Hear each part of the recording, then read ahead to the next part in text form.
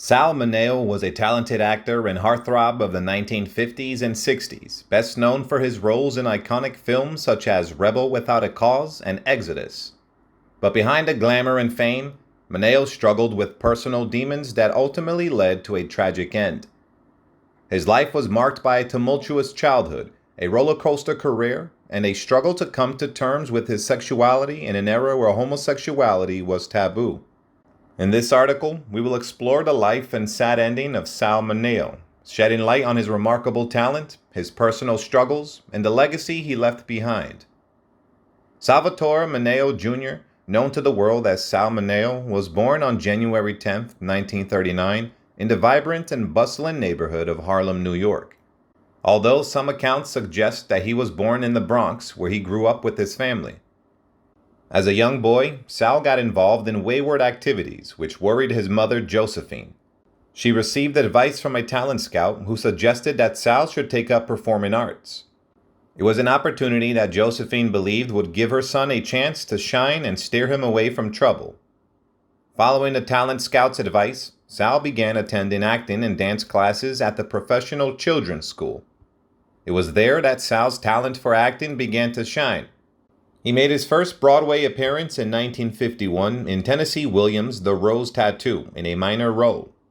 Sal's career continued to flourish, and he landed a significant role in the Broadway production of The King and I alongside Yul Brynner and Gertrude Lawrence. Sal Mineo's transition from Broadway to Hollywood began in his teenage years. In 1955, he made his big screen debut in the films Six Bridges to Cross and The Private War of Major Benson, starring Tony Curtis and Charlton Heston, respectively. However, it was Sal's breakout role in the iconic film Rebel Without a Cause that cemented his place in Hollywood history. Released in 1955, Rebel Without a Cause starred James Dean, Natalie Wood, and Sal Mineo as a trio of troubled teens struggling to find their place in the world. Sal's portrayal of John Plato Crawford earned him an Academy Award nomination and critical acclaim for his affecting and standout performance. He continued to work consistently throughout the rest of the decade, appearing in several films in 1956, including Somebody Up There Likes Me, a biopic on boxer Rocky Graziano starring Paul Newman. In addition to his film roles, Sal also starred in the musical Rock Pretty Baby and the drama Giant, once again co-starring with his friend and fellow actor James Dean.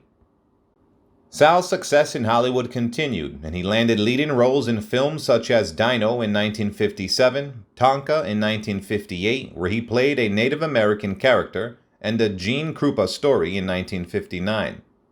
His versatility as an actor was recognized when he received an Emmy nomination in 1957 for his performance in the television version of Dino.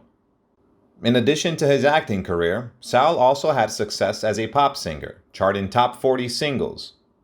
Sal Mineo's career continued to evolve in the 1960s, as he landed a supporting role in the 1960 film Exodus, directed by Otto Preminger. In the movie, which tells the story of the founding of Israel, Sal played the character of Dov Landau and earned his second Academy Award nomination for Best Supporting Actor. He also won a Golden Globe for his performance. However, Sal's film career slowed down considerably in the mid-1960s, with later roles including The Greatest Story Ever Told in 1965 and Escape from the Planet of the Apes in 1971. Sal Mineo was one of the first actors in Hollywood to be openly gay during an era when it was considered taboo to be out.